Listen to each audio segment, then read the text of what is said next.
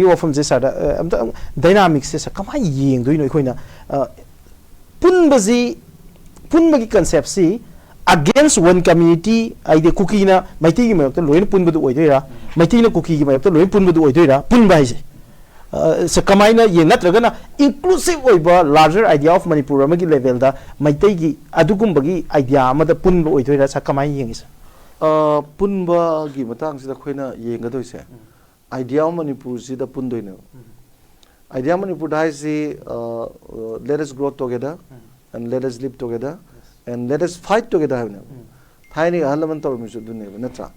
sigi idea of manipur si da punga da basida sai akhoi gi prince na haiba gumna ba akhoi gi school of thought mayam leine ba leine di akhoi je ihok je amada pulap changde ba amana loan gi amana adugi amana adagi na same kano jida hosisu demand me am leidan tongan tongan ba ada sigi magi ihok du toriba magi demand du toriba kampu sing sigi interest siga atopagi interest ka manarakta duda kaim kanda pulaboina lakana di different opinion leine ba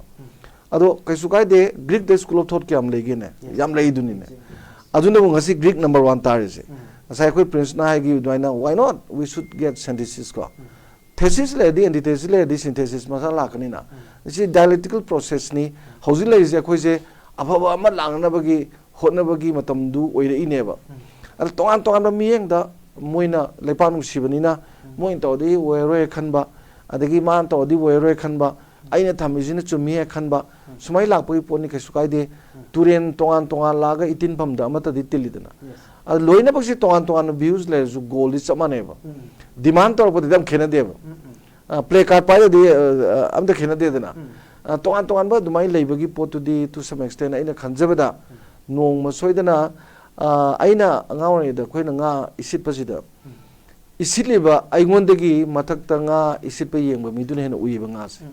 amoi tala phab jawi dana adle phab kaina adumai nga takpi rak perdu mayam yawi du nga hena phanam neba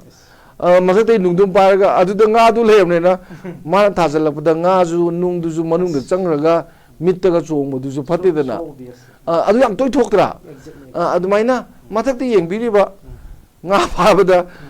isipada nga takpiriba mayam do nung thadabida ko khut tilaga men ta takpiradi nga du loi phadokpa ngamneba ko adumaina takpiribana su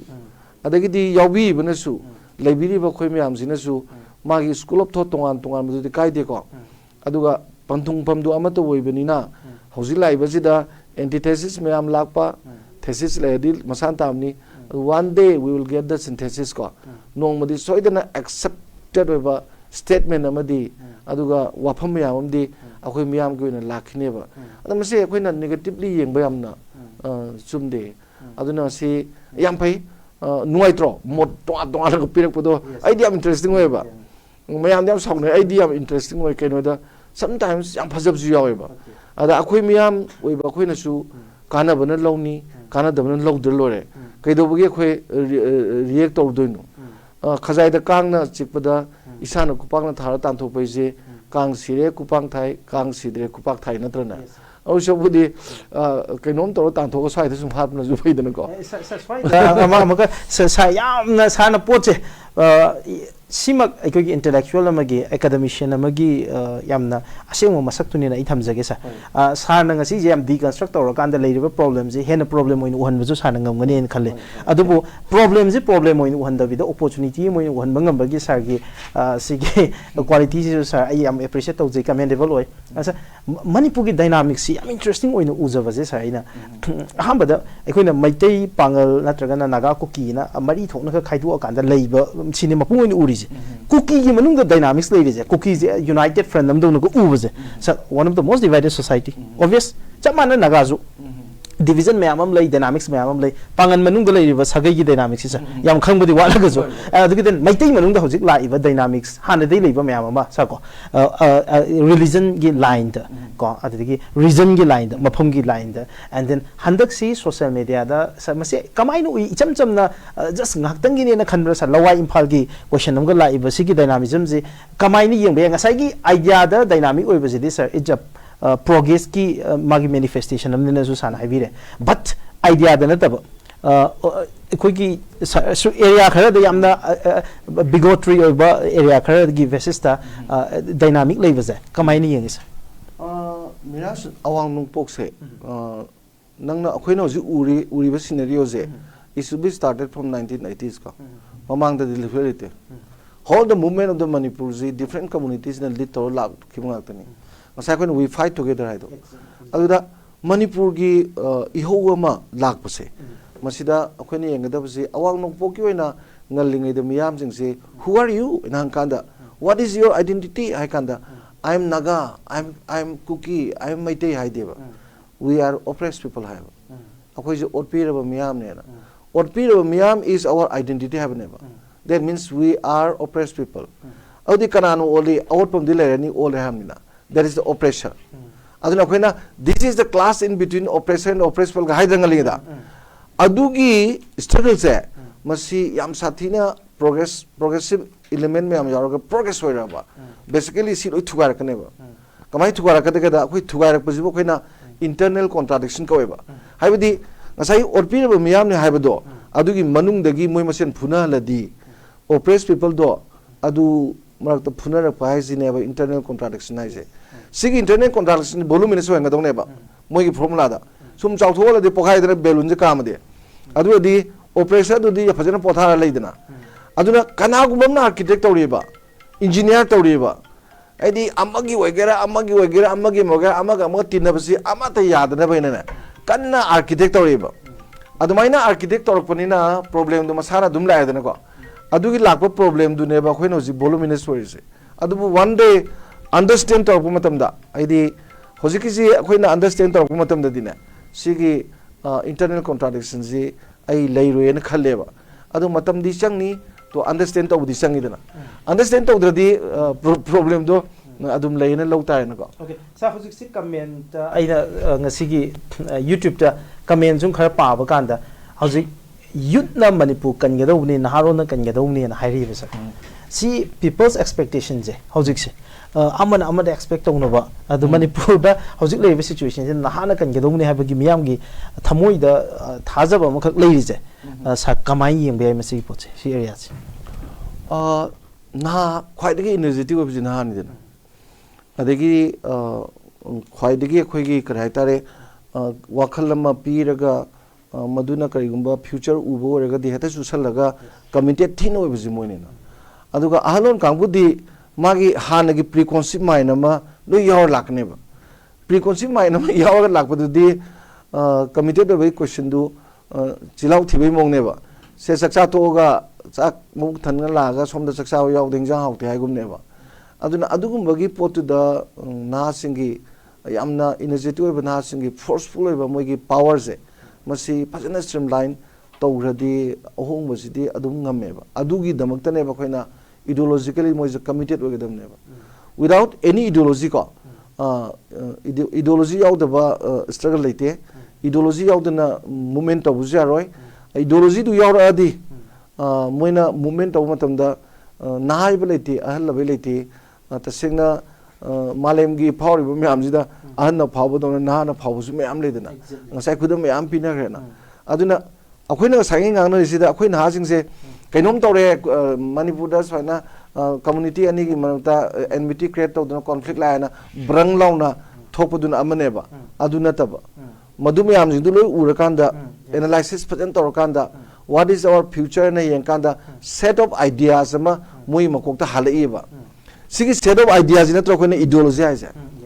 akhoi ideology kan the set of ideas mai dro that means they possess set of ideas ko adugi idea me amdu kyamu satinu cover toxin ge da leiba amgi subsystem ahum maksi cover tox leine ba aduna change por pangamni khali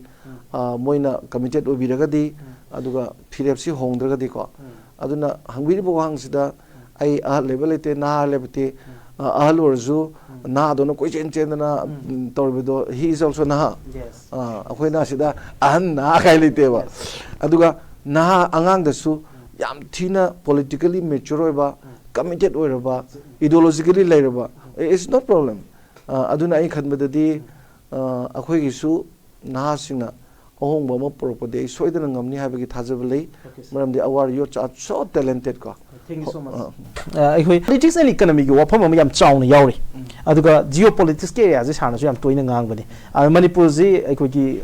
sana laipak ne hairize manipur gi leiba geostrategic location ji do amani habani south asia ga ani ji gi central market ama manipur oibagi wafam dani magi trade route gi kaidagi hojik si laiba question jina especially manipur gi majority oiriba maitai fruit hojik khun ngasi makung oina ngangnariba fruit si gi oina hojik gi context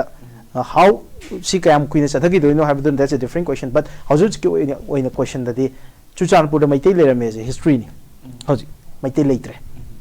Mori the Maitay existence highly questionable Hojita Maitay Magi mobility amadi Magi movement see Hojiksi sir late and aware Sunday Sigi geopolitics key advantage not a disadvantages are coming in adu hojiki lai film sidadi maitai chatpang amaroi kuki lakpang amaroi si nagaga kuki kana khud thongna rakpada am haiba wan nagaga mai kuki ga unararoi nagaga pham da kuki tayaroi kuki ga pham da naga tayaroi na ngasi loi thengnari ji unari ji ne ko aduda hoi magi leiriba sida akoina ngasagi masida masing yamba nateba sigi with magi nongmai ga loina moina pami potu tohondegi honaba posidi masing yamba nateba aduga miyam jingju yaning dana tobuju nateba aduna ateno matamda hojiki hairiba khoigi devil's advocate miyamdu madu paktang lokthok kanda loina ai sida leire tholkaneba si yamna duba potnate aduga masimang nasu community magi demarcation ju ngamoy adu tawdaya dre hairagadi adu khaliba community do tumna ba mangne ba kari noida punna himinaba haitaba jingdudi ma yekna ba yam ne ba yekna ba yamaga thengnar paise moi wane ba ko adumakti aina khanjabada lamdam ji dagi ngalingedi khunda minaktang leiba akoina handagi amaga hingminnabagi nungsinabagi pot leiba kangbu singdadi adu khalamoi khaleba maitei la unaroidra khanba waba kuki myam su leiri adagi kuki sing maitei gi sida noi gi nanakta laga saga thangmino do phangroidra na koi nuaite kappa yauridna these are all masing yamadi mohineba adu ngasi di moi kaimbo haiba ngamde maramdi nongmaiji marudo mi soe adu du paira loi leibani na ko ado in course of time my disam torakini namda rakini ade mapangi mayam jingji loina ba khangakini ai matam khara sangni sangaju hojiki har bhimaktu makti adu di soy roi adu sarda yam nongai sina ai tare as a part of this discussion ngasi ga ina sada langsan jari je manipur gi kwaidagi chawba problem ngakte ba mayamna hopeless oiraba helpless oiraba hopeless khang na tabasa ko kaidau doino ji tabu tobong khangda bado sana problem punamak se loina solution oina natragan opportunity moina loina present tobuse si jo sar ge angak pamagulam ne nai thamjage sa ado kamaina na hadat ki se youth ki power je sar ju sa high youth chi am powerful oidena sa ko adagi again highest population je maka youth oidoine manipur gi context so aduga mathau sangba at the same time yam alarming oiri sa youth mayam se hojik manipur kainum sa se kana puklaw na hogolo ko do wi mowong mo uri ba sa ko adu ngasai sana haibado national character yauraga di laipak ki dang to contribute to go ni thabuk su go do ni ga haibaje sa thabuk su se hairadi lo yar kadra manipur gi hojik na hajing sigi matang de miraj akhoi handaki irang si lab yam phei akhoi gi pithvi gi phawa philosopher na harambudo light gi paraga thengnabaga direct field du da yauraga thengnarapigi paraga ani se amana applied education ni amana sumnagi lari kokta lehobo poni dana handaki sidi direct my grassroots level da problem yam je phajana thengnarapani na akhoi gi awad apa asoi angam je kaim takna da bida moi loi khangje ba sigi idea se masi smaina khangbuze masi na maram oidana moina sakadaba lambi ji chumna adum lakane ba aduga sigi position hela gane idea of manipur position chok thorakane ba aduna aina khanjaba dadi थोदोंना मोइना खंगिबा पोसिंगजिगी मतुंग इनदी attentive public ama oibada hemanna matik chare khaleba aduga problem de kaim bosu nate we have democratic institution ko but we didn't have democratic politics aduna luching ba ma tholopada aigi community adu adara taba democratic politics hais miyam gi loina bagji chamana na yeng ba equity equilibrium the best of attentive public ki elite khara tholopada ba kari mok to roi ado handa ki jina ne adu puthok ningai gi oiba khwaidigi chawba factory amagumane ba